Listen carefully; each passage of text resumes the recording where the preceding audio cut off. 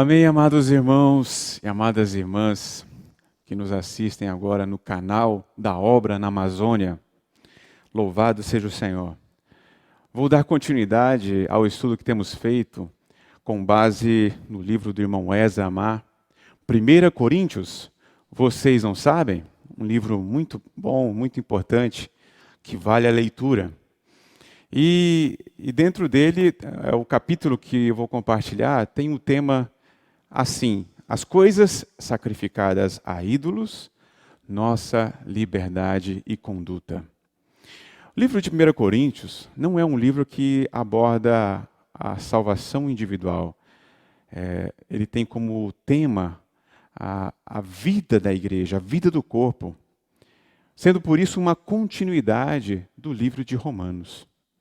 Romanos traz a salvação completa de Deus. Romanos capítulo 5, versículo 10, diz assim: porque se nós, quando inimigos, fomos reconciliados com Deus, mediante a morte do seu Filho, muito mais, estando já reconciliados, seremos salvos pela sua vida. Esse versículo nós podemos reparti-lo em duas partes. A primeira parte mostra o que o Senhor Jesus fez por nós. Por meio da sua morte, reconciliou cada um de nós que éramos seus inimigos. Então, uma vez que cremos no Senhor, nós fomos reconciliados com Ele e já deixamos de ser inimigo. Por isso é importante. Nós recebemos o Senhor como nosso Salvador. E a salvação não para por aí. A segunda parte desse versículo fala muito mais. Então, tem muito mais que o Senhor quer dar para nós, por meio da vida da igreja. Por isso é importante cada um de nós participarmos ativamente da vida da igreja, onde nela o Senhor trabalha em nós, transformando nosso ser e somos salvos pela sua vida. Aí vem a nossa participação. E Romanos capítulo 9, versículo 16, diz que, assim, pois, não depende de quem quer ou de quem corre, mas de usar Deus a sua misericórdia. Então Deus tem misericórdia e compaixão de quem lhe aprouver. E aí você pode perguntar, por que Deus me escolheu? De repente, algum dia da sua vida você teve esse questionamento. Por que Deus te escolheu? Olha, eu não sei. A sua vontade é soberana. Só sei de uma coisa, que Ele me escolheu. Aleluia! Deus escolheu você. Então valorize essa eleição. Valorize a salvação que Deus deu a você. E essa salvação, então, tem muito mais, onde o Senhor quer nos introduzir na vida do corpo, a vida da igreja. E na vida da igreja, nós temos, mais dia ou menos dia, nós vamos perceber que tem problemas, tem dificuldades. Afinal, somos pessoas diferentes, temos opiniões diferentes, geram discussões, desentendimentos. Aí a gente percebe o seguinte, tal como uma experiência do casamento, antes, quando solteiros, tudo era maravilhoso. A gente achava que era até o cara, né? Mas quando a pessoa se casa, aí tem alguém que ajuda a trabalhar na sua pessoa. E você percebe que não era o cara, porque o seu natural é exposto. Da mesma forma, na vida da igreja, no viver coletivo, o viver do corpo de Cristo, nós percebemos que o nosso natural é exposto quando nós convivemos com os irmãos, quando nós passamos a desfrutar juntos, a servir juntos. Por isso o princípio do casamento é importante. E a vida da igreja está aqui para nos salvar e trabalhar em nós. Mas uma vez que cada um é diferente, tem suas habilidades, tem suas dificuldades, o que o Senhor nos orienta? Ele nos orienta que nós devemos acolher aquele a quem Deus acolheu. Romanos capítulo 14, vou ler um versículo aqui para os irmãos.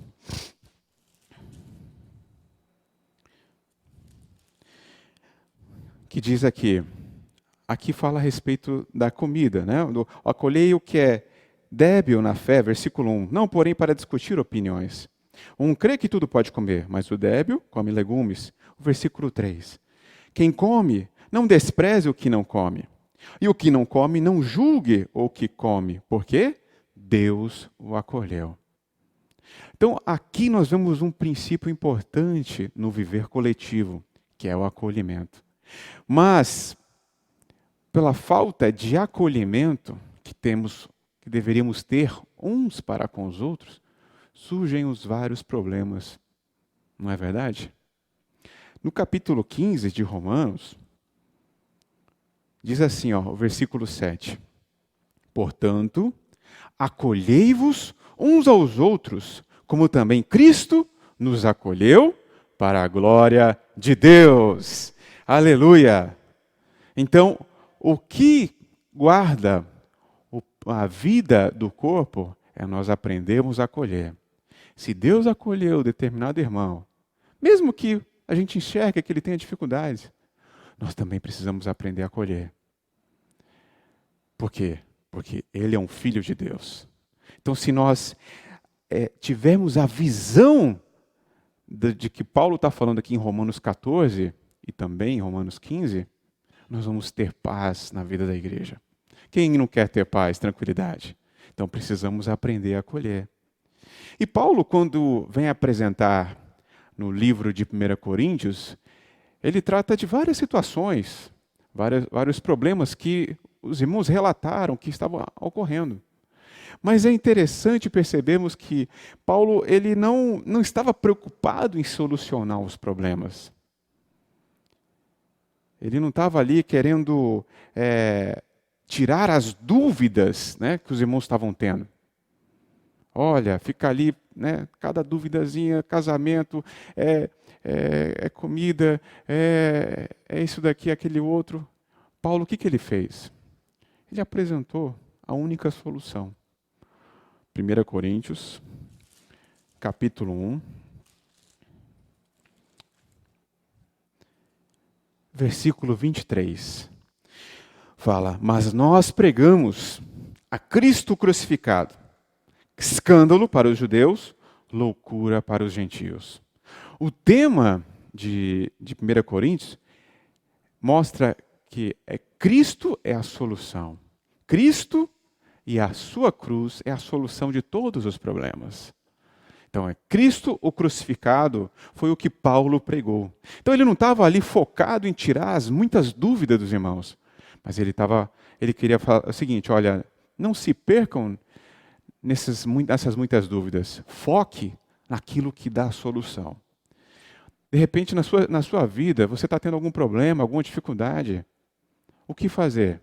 A nossa tendência, como seres humanos, é olhar para o problema. Mas Paulo, ele ensina aqui no livro de Coríntios que nós devemos andar não pelo que vemos, mas pela fé. Então, não foque os problemas, foque a solução. Quem é a solução? É Cristo e esse crucificado. Então, por isso, quando surgirem os problemas, as dificuldades, o que nós temos que fazer? Invocar o nome do Senhor.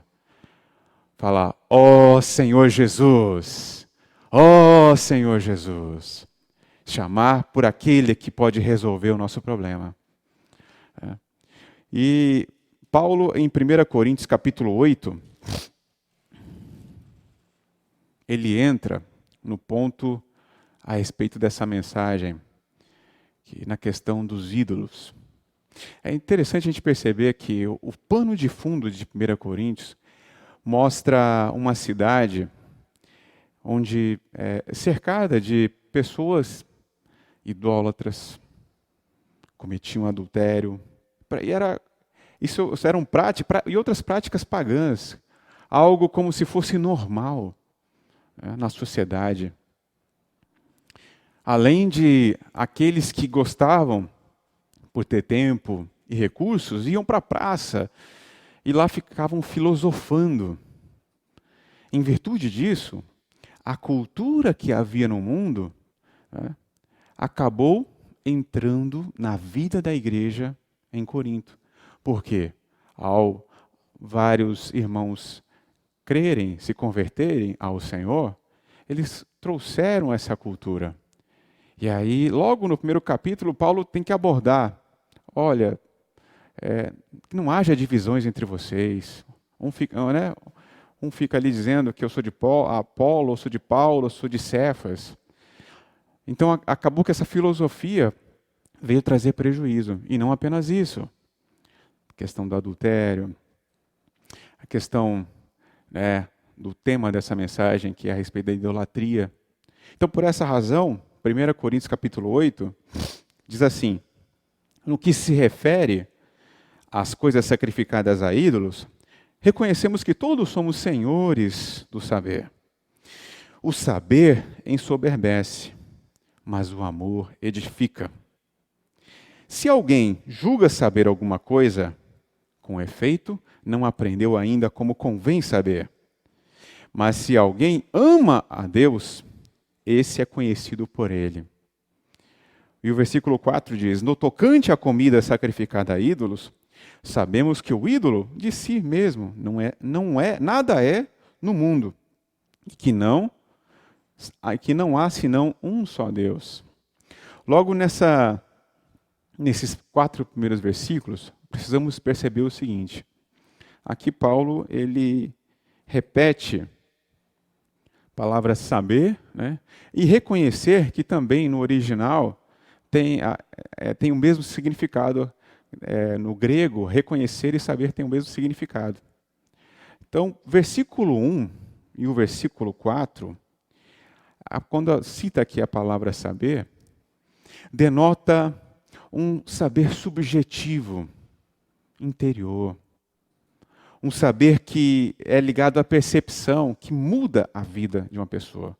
Ao passo que o versículo 2 e o versículo 3, o saber aqui é um saber objetivo, superficial, exterior. Então, temos que perceber que aqui tem 2 tipos de saber, de conhecer. O conhecer exterior, objetivo, superficial, e aquele que é profundo, aquele que muda a nossa vida. Na vida cristã, na nossa jornada na igreja, nós precisamos desses 2 conhecimentos. Porque quando ganhamos o primeiro conhecimento, que é objetivo, quando a palavra ela entra em nós, ela precisa se tornar real. Então não basta conhecermos apenas a vida. Nós temos que ter experiência com essa vida. Por isso é importante, quando você recebe a palavra de Deus, ore ao Senhor. Senhor, torna real a tua palavra em mim. Não apenas receba uma palavra como algo objetivo, exterior, mas torne ela real na sua vida. Porque assim o Senhor pode trabalhar mais no seu interior, ganhar mais você e você crescer espiritualmente. Por essa razão, nós precisamos aprender a saber. Não basta saber, você tem que aprender a saber como saber. Paulo, logo de início, ele já apresenta isso para nós.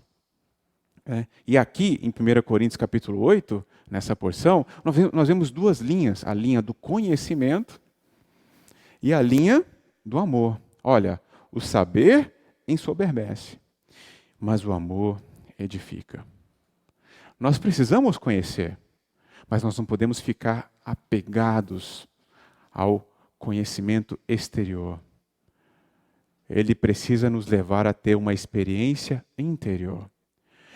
Porque quando ficamos na esfera da mente, nossa alma, qual é a tendência? A tendência é nos orgulharmos, é gerar críticas, passarmos a analisar a conduta dos irmãos. E o princípio de tudo isso nos remete a lá no Jardim do Éden, que é a árvore do conhecimento do bem e do mal. Ao passo que a linha do amor, que linha que é essa? É a linha que edifica.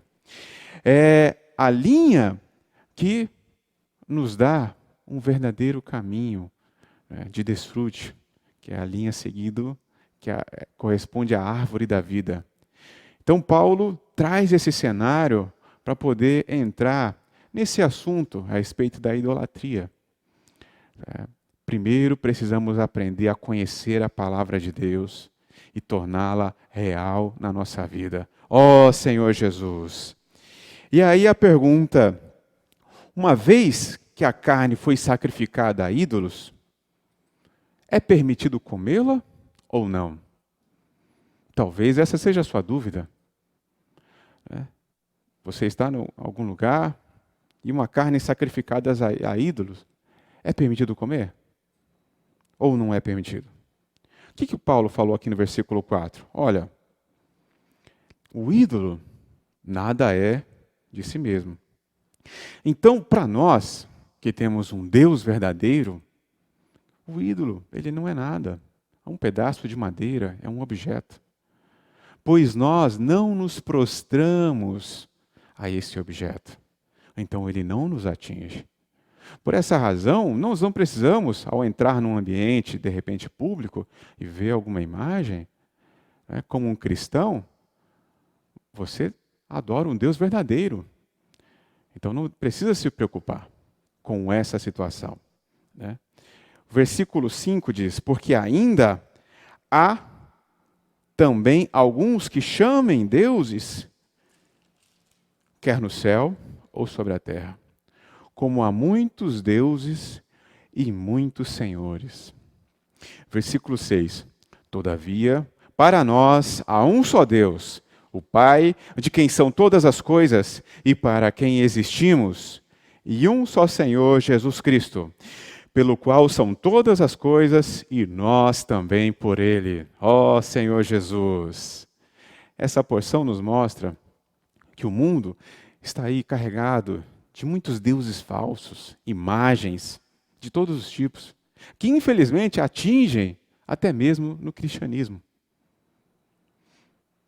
Mas o versículo 6, por que o Paulo falou essa porção do versículo 6?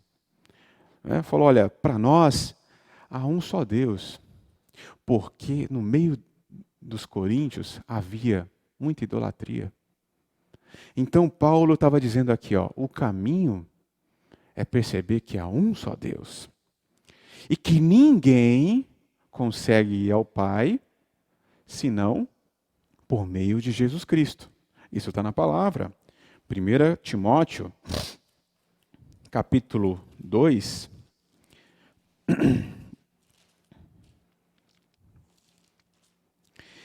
Versículo 5.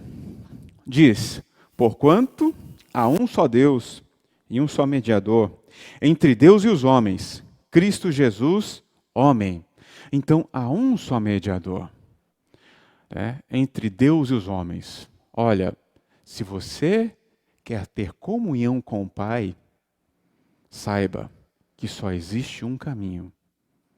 Lá no Evangelho de João, o Senhor Jesus testificou, eu sou o caminho. João, capítulo 14, versículo 6, respondeu-lhes Jesus, eu sou o caminho e a verdade e a vida, ninguém vem ao Pai senão por mim. Aqui está claro, para termos acesso ao Pai, para termos comunhão com Deus, Paulo estava falando para os irmãos de Corinto, não vão por meio de ídolos, porque vocês não vão ter acesso ao Pai. É somente por meio de Jesus Cristo. Por isso que lá em 1 Coríntios, capítulo 12, ele disse, numa porção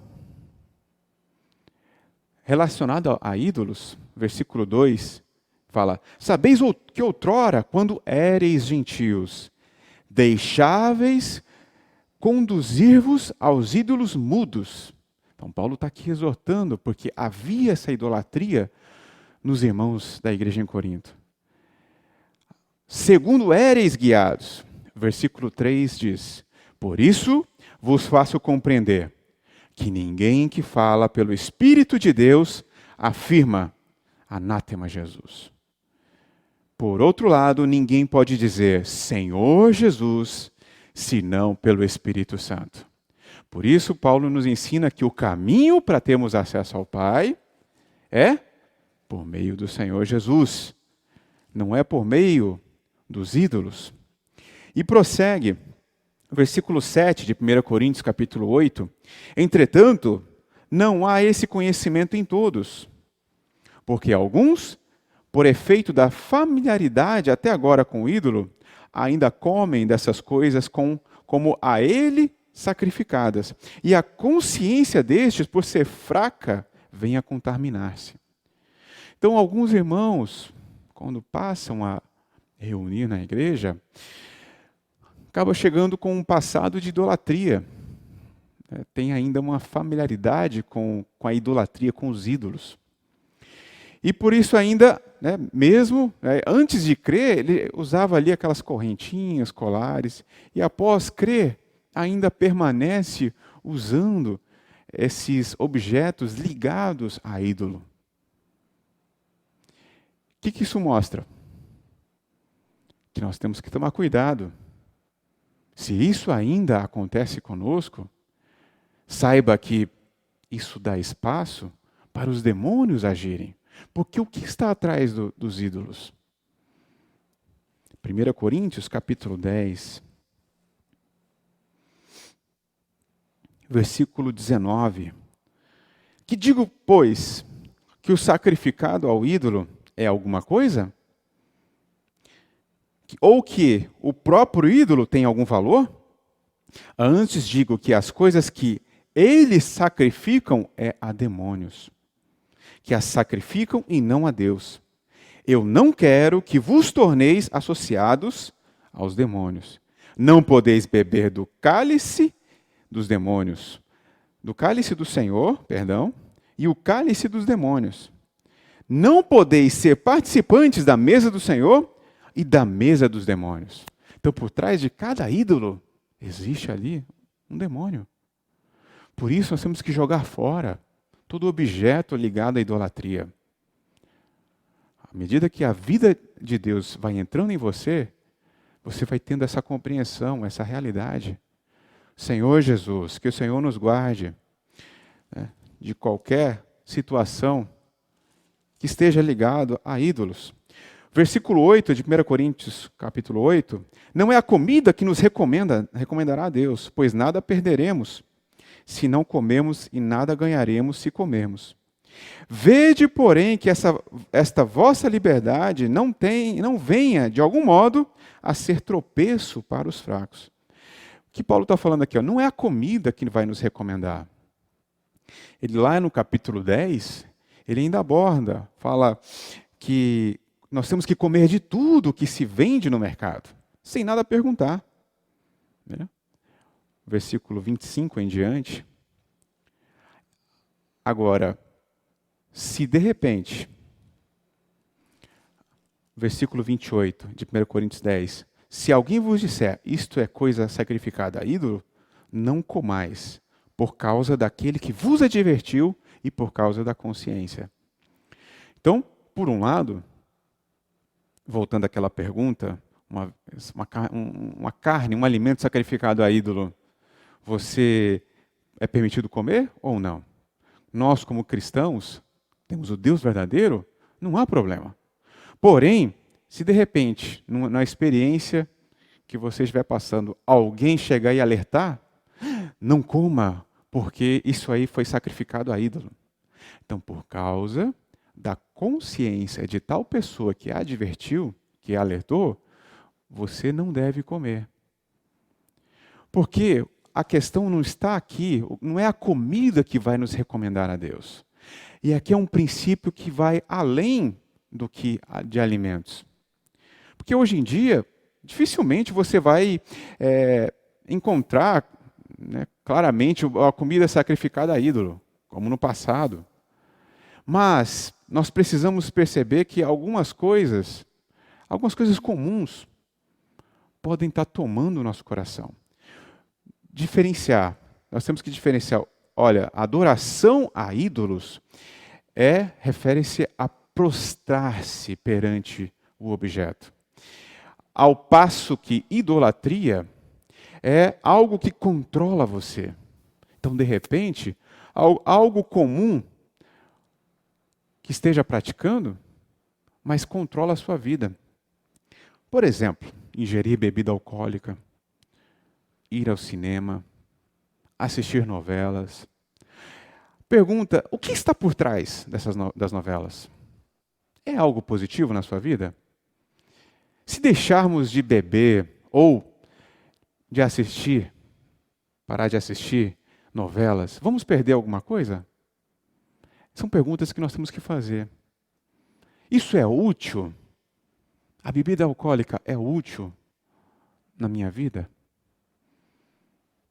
No momento que sou dominado por isso, essa situação passa a controlar a minha vida, torna-se um ídolo. Por isso é sério, é algo mais profundo do que simplesmente uma comida. E esse princípio se aplica em todas as situações. Então Paulo aqui ele traz para nós a nossa conduta perante os irmãos, perante as pessoas, perante a vida da igreja. E ele traz 4 princípios importantes entre 1 Coríntios capítulo 6 e o capítulo 10. Né? Esses 2 capítulos, ele traz 2 versículos que têm semelhança, que se referem à nossa conduta, nossa liberdade. 1 Coríntios 6, versículo 12, fala: todas as coisas me são lícitas, mas nem todas convêm. Todas as coisas me são lícitas, mas eu não me deixarei dominar por nenhuma delas. 1 Coríntios capítulo 10, versículo 23. Todas as coisas são lícitas, mas nem todas convêm. Todas são lícitas, mas nem todas edificam. Então, uma das dificuldades que nós temos ao lidar com esses assuntos é a falta de conhecimento. Por isso a gente precisa conhecer mais a palavra de Deus.